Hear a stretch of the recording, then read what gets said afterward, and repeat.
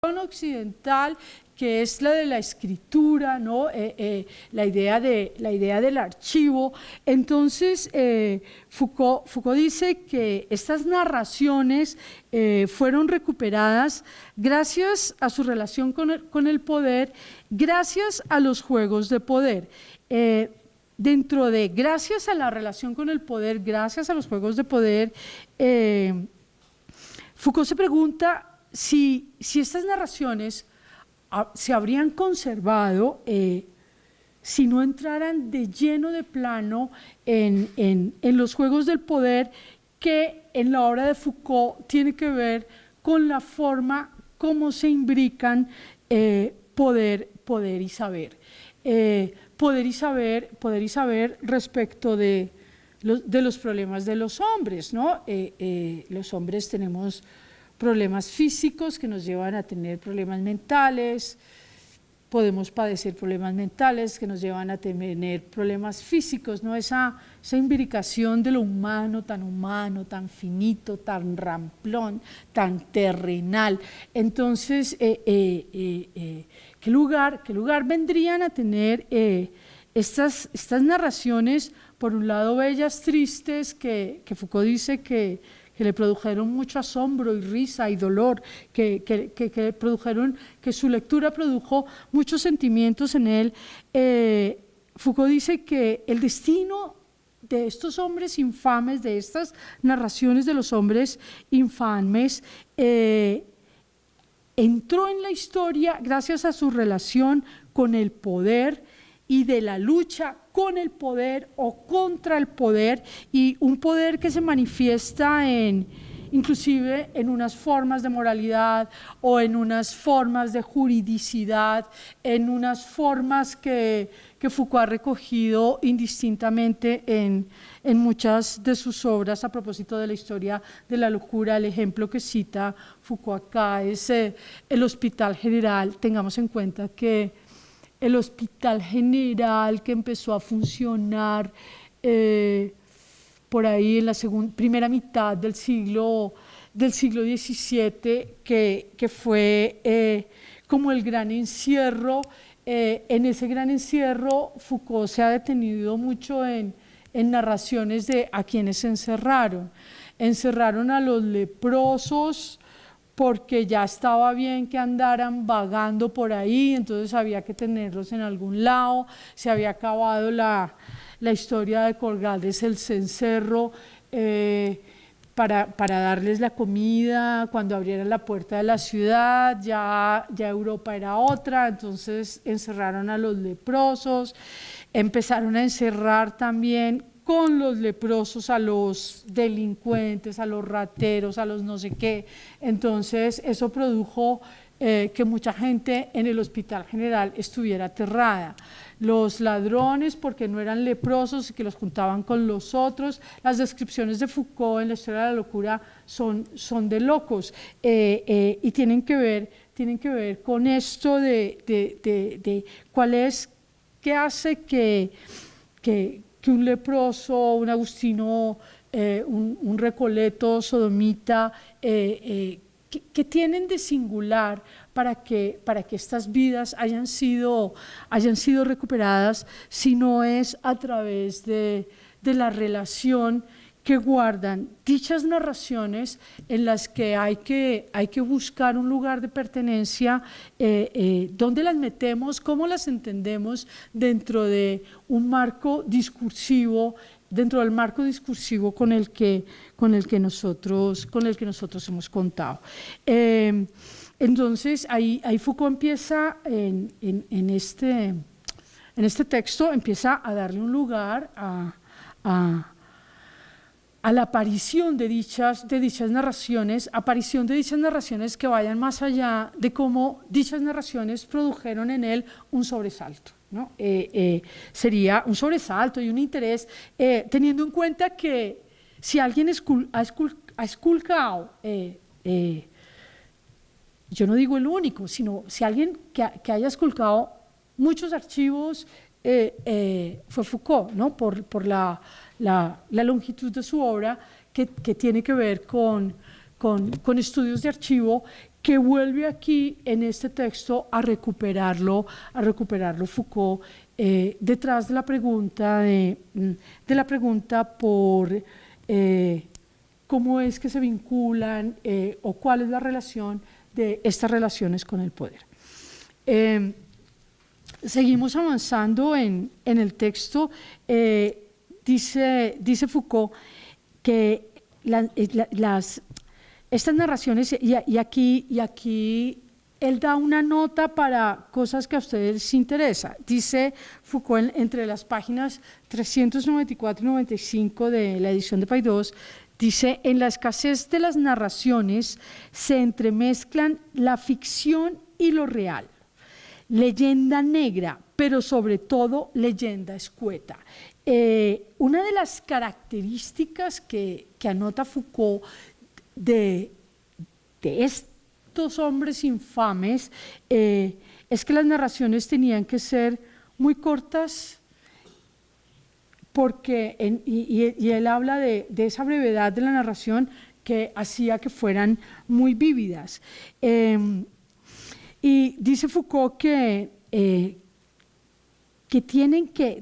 tenían que seguir guardando el empecinamiento en el vagar sin cesar de los hombres infames, a pesar del anonimato en el que ellos estaban inmersos, pero que el poder, la relación con el poder y la relación con el saber, a propósito de las enfermedades, de enfermedades o, ¿cómo lo decimos?, las rebeldías, las intrigas, los ejemplos de Foucault, un pisco, la cenar, el poeta asesino. Foucault dice, retoma, cuando Foucault retoma estas narraciones, ¿qué lugar le vamos a dar dentro de las instituciones, la política, las relaciones políticas institucionales?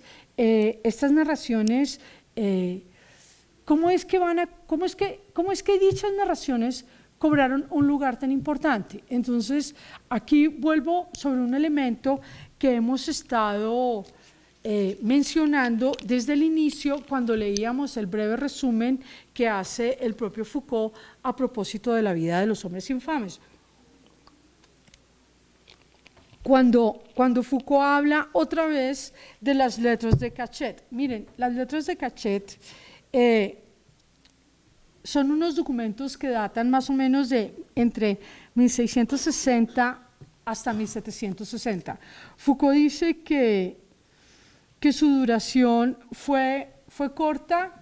Ese es el ojo del historiador, yo qué sé. Fue corta, duró poco más o menos un siglo.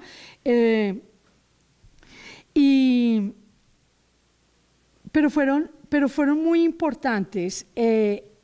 Fueron muy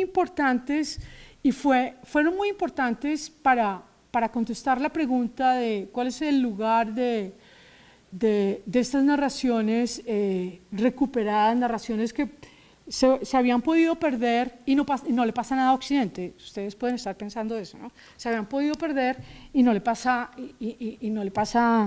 nada a Occidente. Foucault retoma el problema de la razón, el modo como se imbrican saber y poder desde la perspectiva de las letras de Cachet, porque estas vehicularon muchas cosas a juicio de Foucault. Foucault habla de estas, fueron un instrumento muy importante de encarcelamiento y de destierro de una persona, pero como instrumento de encierro y de encarcelamiento de una persona, las letras de Cachet se constituyeron como en una suerte de arma de doble filo. A ver si lo logro decir bien. Arma de doble filo porque las letras de Cachet hacían que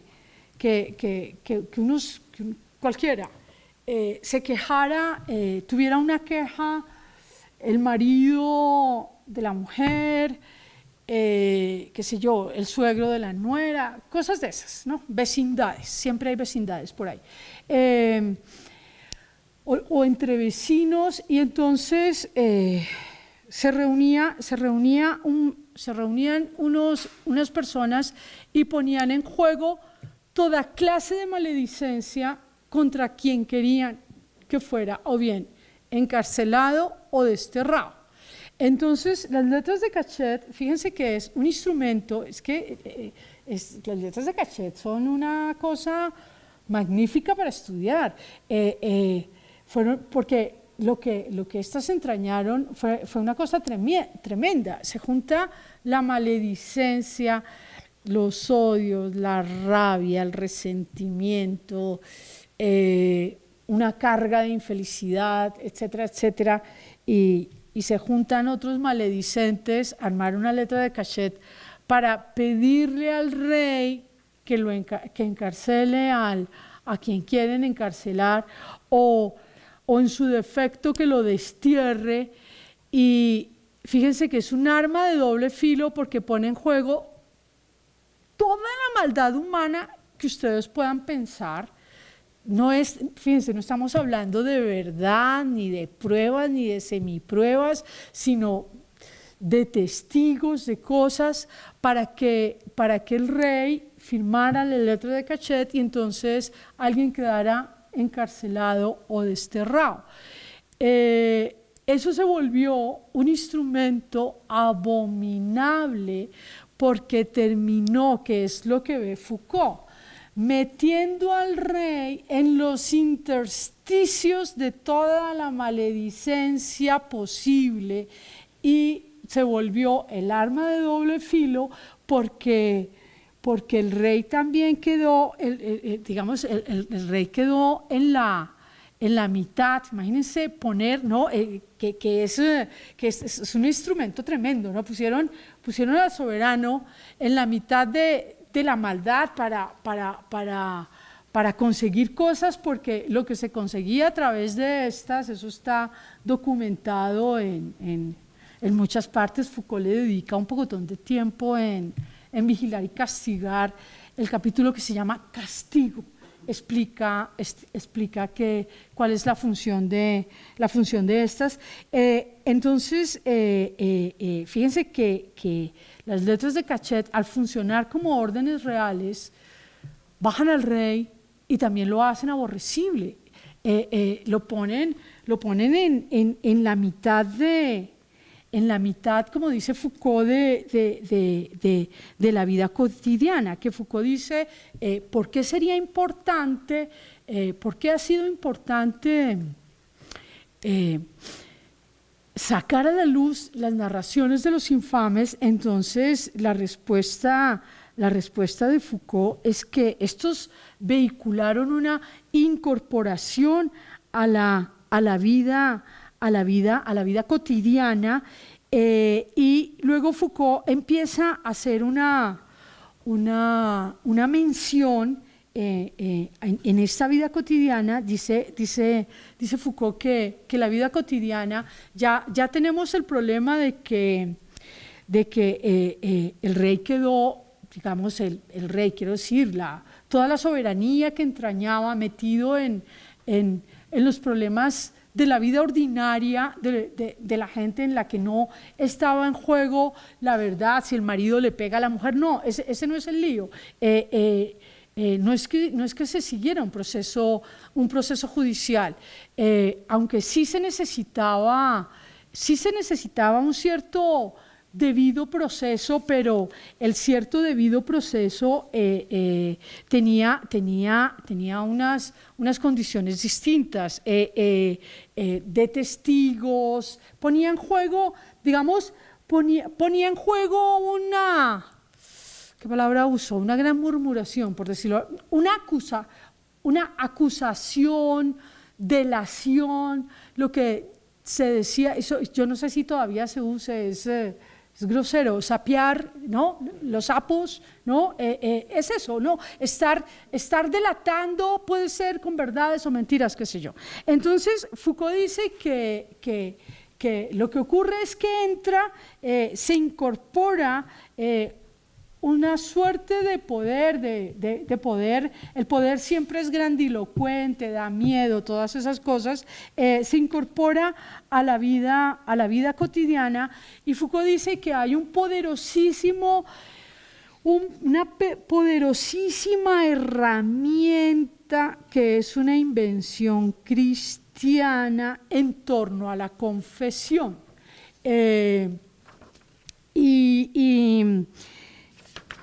Miren, a propósito de la confesión, yo les decía que detrás de este...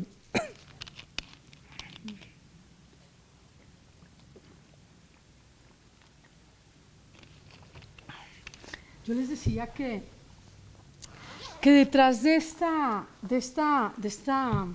prólogo de Foucault, yo veía dos libros. Uno, Vigilar y castigar, y el otro, La historia de la sexualidad. El volumen 1 de la historia de la sexualidad, que lleva por subtítulo La voluntad de saber. Miren, tiene que ver con este artículo porque hay otros autores que lo ven de otra manera, pero la lectura que hace Foucault a propósito del problema de la confesión o de la voluntad de saber en la historia de la sexualidad, la lectura que hace Foucault es que Occidente volvió el asunto del sexo un asunto científico, un asunto científico, un asunto de discurso, y un asunto de discurso que juega con la normalidad, que juega, sí, dejémoslo así, que juega con la normalidad.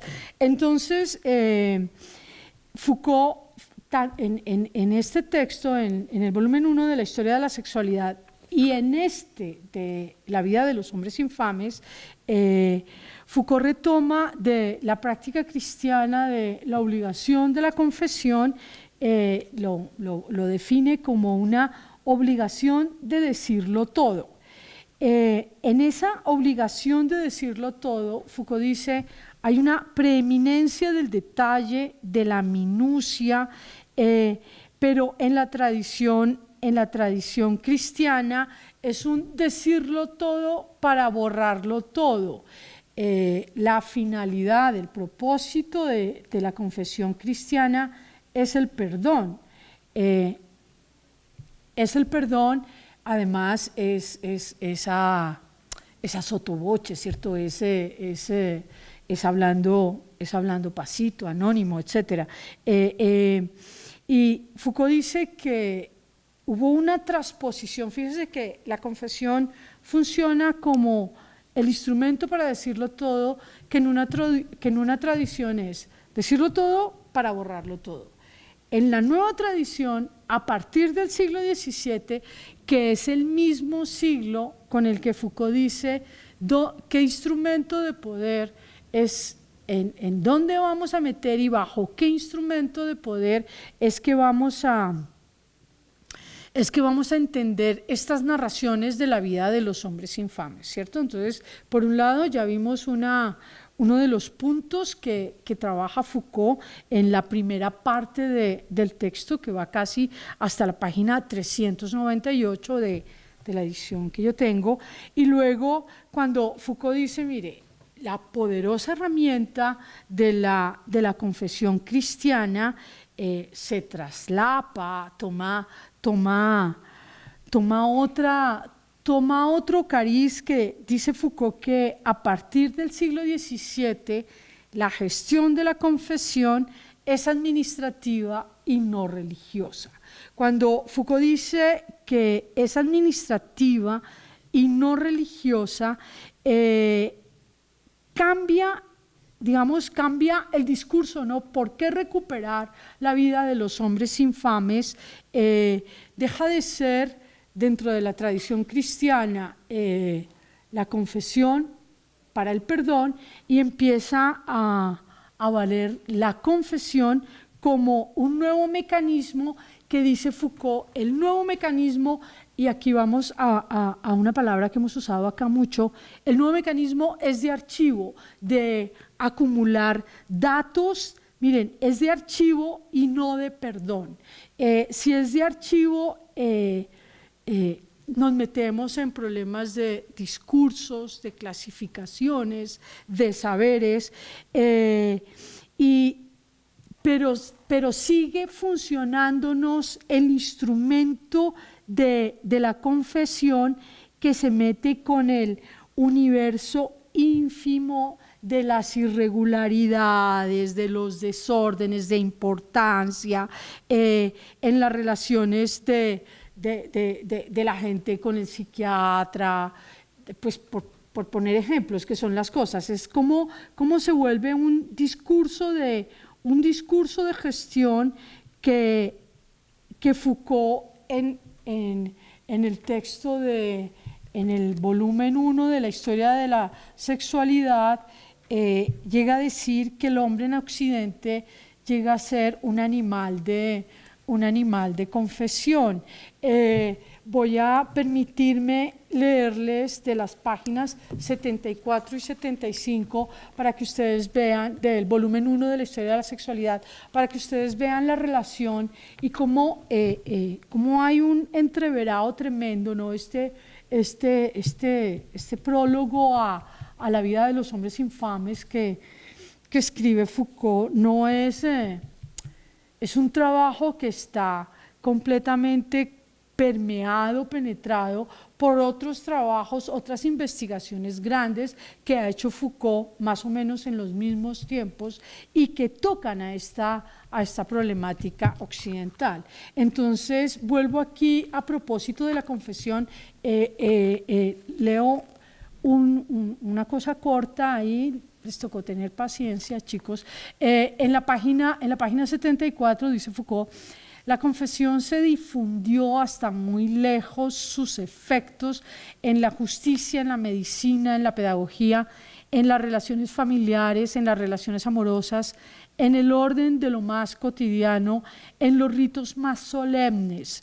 Se confiesan los crímenes, los pecados, los pensamientos y deseos, el pasado y los sueños, la infancia, se confiesan las enfermedades y las miserias. La gente se esfuerza en decir con la mayor exactitud lo más difícil de decir y se confiesa en público y en privado a padres, educadores, médicos, seres amados, y en el placer o la pena uno se hace a sí mismo confesiones imposibles de hacer a otro y con ellas escribe libros. La gente confiesa o es forzada a confesar cuando la confesión no es espontánea ni impuesta por algún imperativo interior, se la arranca, se la descubre en el alma o se la arranca del cuerpo. Desde la Edad Media la tortura la acompaña como una sombra y se sostiene cuando se esquiva. Negras mellizas, la más desarmada ternura, así como el más sangriento de los poderes, necesitan la confesión. El hombre en Occidente ha llegado a ser un animal de confesión. Cerrada la cita de Foucault a propósito de la confesión como un instrumento que se relaciona absolutamente con este problema de cómo es que sacamos a la luz estas narraciones anodinas de esta gente que tuvo que haberse perdido, pero bajo la pregunta de cuál sería la relación de estos con el poder, que en el pensamiento de Foucault y en la obra de Foucault siempre se imbrica con el saber. Entonces Foucault dirá, bueno, tenemos que volver a un instrumento poderoso que es la idea de la confesión, pero la idea de la confesión que deja de ser entendida desde la perspectiva religiosa y pasa a ser entendida a la perspectiva administrativa de gestión. A la perspectiva administrativa de gestión, porque las nuevas confesiones, dice Foucault, se archivan. Y dice archivar confesiones, etcétera, sí, delaciones, dice Foucault que eso va a traer en Occidente procedimientos sistemáticos. Y esos procedimientos sistemáticos, miren, procedimientos sistemáticos en los que se van a archivar las querellas, las denuncias, las encuestas, los informes, las delaciones, los interrogatorios. Todo se registra por completo y se acumula y da lugar a historias y archivos. Ahí es donde Foucault dice, empezamos a encontrarnos la vida de los hombres infames, de tal manera que, miren, la confesión en el ámbito religioso, la confesión de los pecados desde la perspectiva cristiana, es una confesión que se borra con las palabras en las que se dice, pero la nueva confesión que se sistematiza, que se archiva, empieza a organizar, dice Foucault, una gran masa documental. Esa gran masa documental, dice Foucault, esa masa documental constituye la memoria que crece sin cesar acerca de todos los males del mundo. Miren, memoria que crece sin cesar acerca de todos los males del mundo es lo que va a tener que ver con los discursos, innumerables discursos que leíamos ahorita, los discursos, qué sé yo, de los pedagogos, de los psicólogos, de los psiquiatras, de los juristas. Es una masa... Una masa documental enorme, y por eso Foucault habla de una gestión de tal manera, una gestión, pero miren, cuando Foucault dice se constituye la memoria que crece sin cesar acerca de todos los males del mundo, una memoria que crece sin cesar a propósito de todos los males del mundo.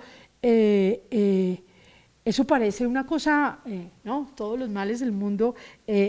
Lo que Foucault está diciendo, yo no sé si es verdad, pero dentro del contexto que el hombre lo está diciendo, es por la relación entre el poder, el discurso y lo cotidiano. Miren, el poder, el discurso y lo cotidiano, si las letras de Cachet no hubieran involucrado el poder del rey, y hubiera quedado alguien desterrado por una real orden, por supuesto que el rey no tenía ni idea de eso, para eso tenía sus escribas y sus juristas y toda la gente de él, pero todos esos son los funcionarios grises y la orden que llegaba era a nombre del rey.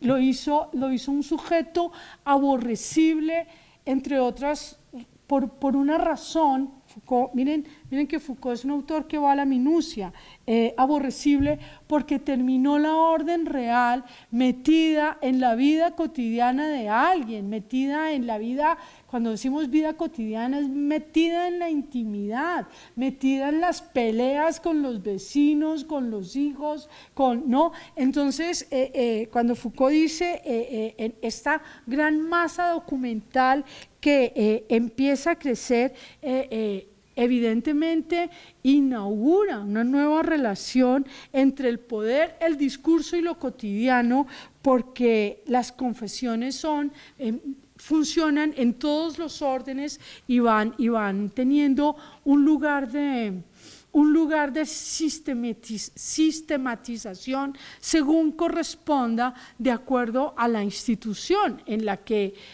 vamos metiendo. Este es un problema, qué sé yo, el poeta asesino que viene citado acá, era un tipo muy ocurrente, o por lo menos inteligente, que ya lo iban a...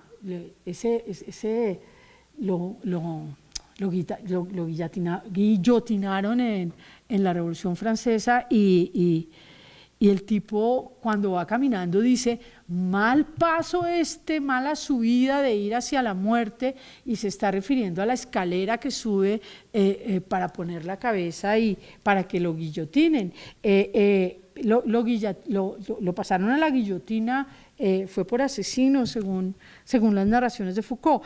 Entonces, fíjense que lo que Foucault, a partir de este momento, ¿no? de que venimos hablando de la relación de el poder, el discurso y la cotidianidad, es que Foucault vuelve sobre el lugar que ocuparon las letras de Cachet, que eso ya lo hemos mencionado, y Foucault, miren, Foucault pone de manifiesto cómo un modelo de orden se desordenó de tal manera que nos quedamos con una idea de que también el rey se convirtió en alguien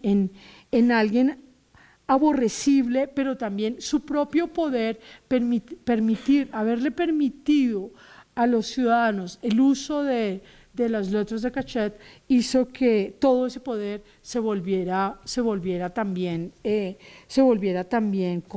contra él. En la medida en que quedó el rey implicado en las pasiones, los odios, las intrigas, y el rey mismo se volvió víctima e instrumento de las letras de Cachet. Foucault continúa con este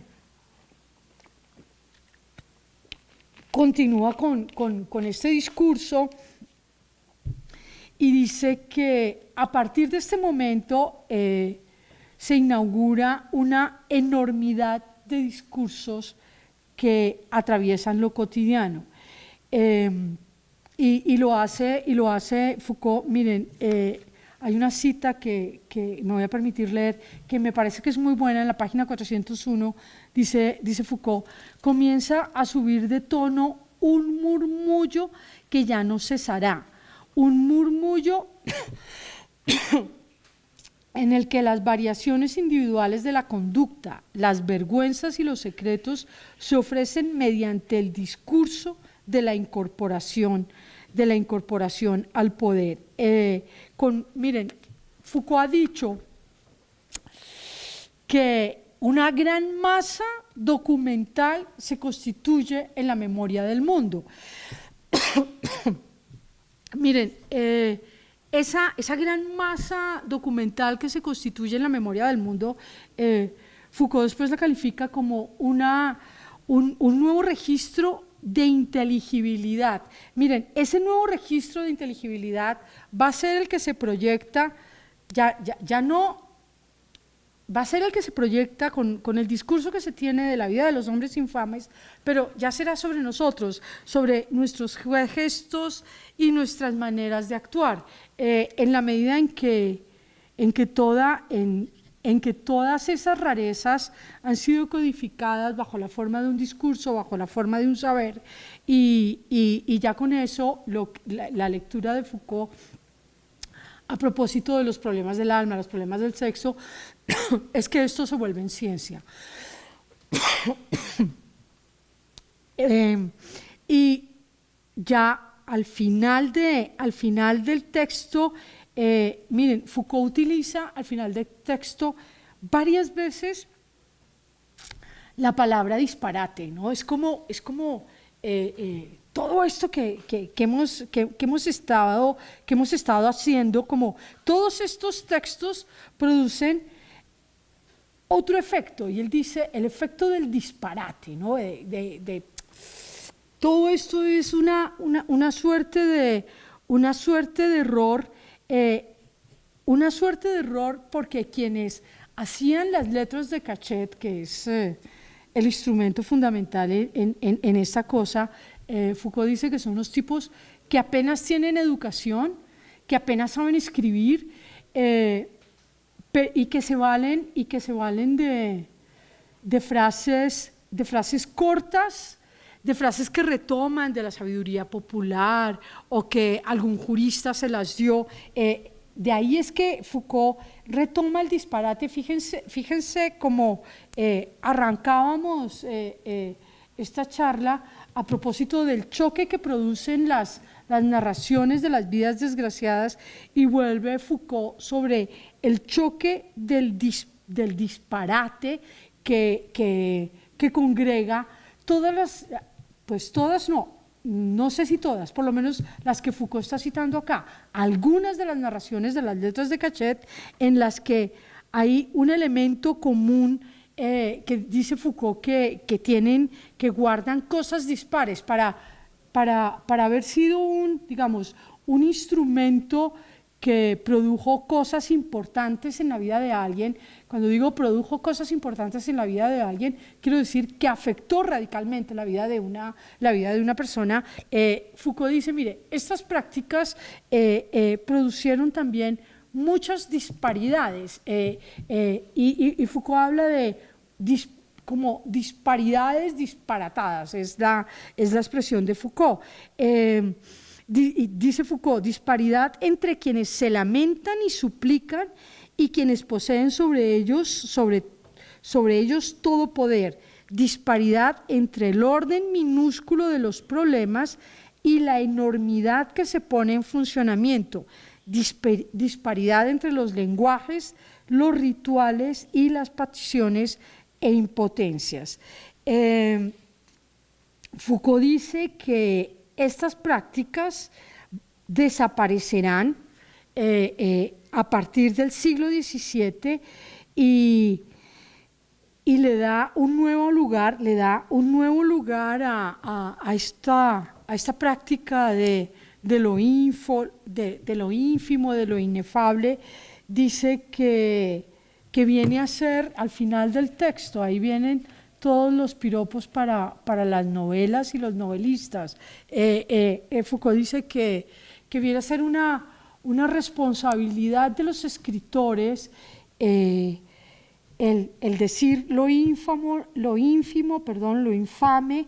Ahí encuentra la literatura su lugar y sus condiciones de existencia. Fíjense que al final a mí me pareció interesante, dado que ustedes son estudiantes de creación literaria, ¿verdad? Foucault al final del texto, terminando entre las páginas 405, 406, dice Foucault que Occidente vio nacer una fábula, pone fábula en comillas, de la vida oscura en la que lo fabuloso había sido proscrito. Lo imposible o lo irrisorio dejaron de ser la condición necesaria para narrar lo ordinario. Dice, nace así un nuevo arte del lenguaje, y dice que esta es una especie de exhortación destinada a hacer aflorar la parte más nocturna y la más cotidiana de la existencia. Y más abajo habla de ese lugar que van a tener las letras, de contar lo ínfimo. Miren, dentro de los elementos en el inicio del texto y finalizando el texto, cuando ya Foucault le confiere una enorme responsabilidad a la literatura en términos de construcción de palabras, de lo ínfamo, de lo infame, no sé qué. Miren que hay un rasgo, me parece que hay un rasgo que vale la pena, yo propongo destacar, que hace Foucault de lo intimista, lo intimista y lo real de las condiciones de existencia de la literatura misma. Y con esto que estoy diciendo, ¿no? Pues ustedes supongo que tienen el texto ahí, la parte final. Miren, más que cualquier otra forma de lenguaje, la literatura sigue siendo el discurso de la infamia. A ella le corresponde decir lo más indecible, lo peor, lo más secreto, lo más intolerable, lo desvergonzado. La fascinación que ejercen entre sí desde hace años. El psicoanálisis y la literatura es significativa, pero es preciso no olvidar que esta posición singular de la literatura no es más que el efecto de un dispositivo de poder determinado que atraviesa en Occidente la economía de los discursos y la estrategia de lo verdadero. Miren, la estrategia de lo verdadero es, aquí, esto no es la verdad del axioma, sino lo verdadero como algo que existe, como algo que existe, como algo que ocurre, como algo que tiene siempre relación con las vidas de los sujetos. Y esas serían las narraciones, pues el prólogo que escribió Foucault bajo el título de La vida de los hombres infames, que yo preparé para presentarles a ustedes. Entonces yo creo que ya con estos elementos podemos entablar un diálogo, algunas preguntas que ustedes consideren, que desarrolle, que amplíe, que corte, que no estoy de acuerdo. Gracias.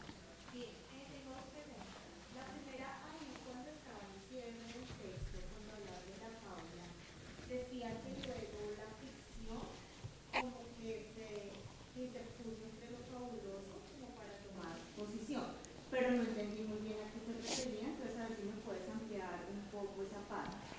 Y la segunda habla también del psicoanálisis, entonces me gustaría saber un poco cómo definir en Foucault la relación entre literatura y psicoanálisis. Una relación difícil.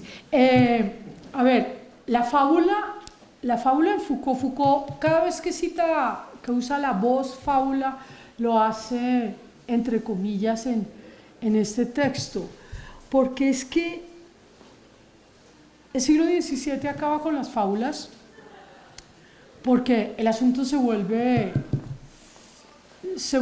un problema de discurso. Cuando uno está leyendo a Foucault, la palabra discurso nos manda a un saber, a una ciencia que Foucault dirá que no es tanto que sea verdad, cuanto que hace gala de la palabra que usa Foucault es una veridicción. Las veridicciones en el lenguaje de Foucault es una suerte de genealogía de las prácticas de las cosas, qué sé yo, de los diagnósticos, diagnósticos de la rareza. La fábula, aquí fábula muy entre comillas, no hay fábula, por eso lo pone Foucault en comillas, porque la caracterización que la hace en La vida de los hombres infames es que las historias tienen que ser verdad. Fíjense que él está hablando. Es que Foucault habla, ¿no? Ese siempre es un lenguaje difícil, ¿no? De una emocionalidad, ¿no? Las descripciones de Foucault de estos piscos, ¿no? La maledicencia, la dilación, el odio, la dilación, la infamia, eso son cosas comunes, universales, que estos tipos padecieron y que nosotros podríamos padecer. No hay nada tiene mucho de fantástico, pero poco de fábula, porque digamos, la realidad viene marcada por la verdad de la cosa, viene marcada por la existencia, la condición. Es que esta gente hubiera vivido de esta manera y le hubieran pasado esas cosas. Miren, yo no sé si pasamos rápido, pero hay una serie de ejemplos. Voy a leer alguno para que vean que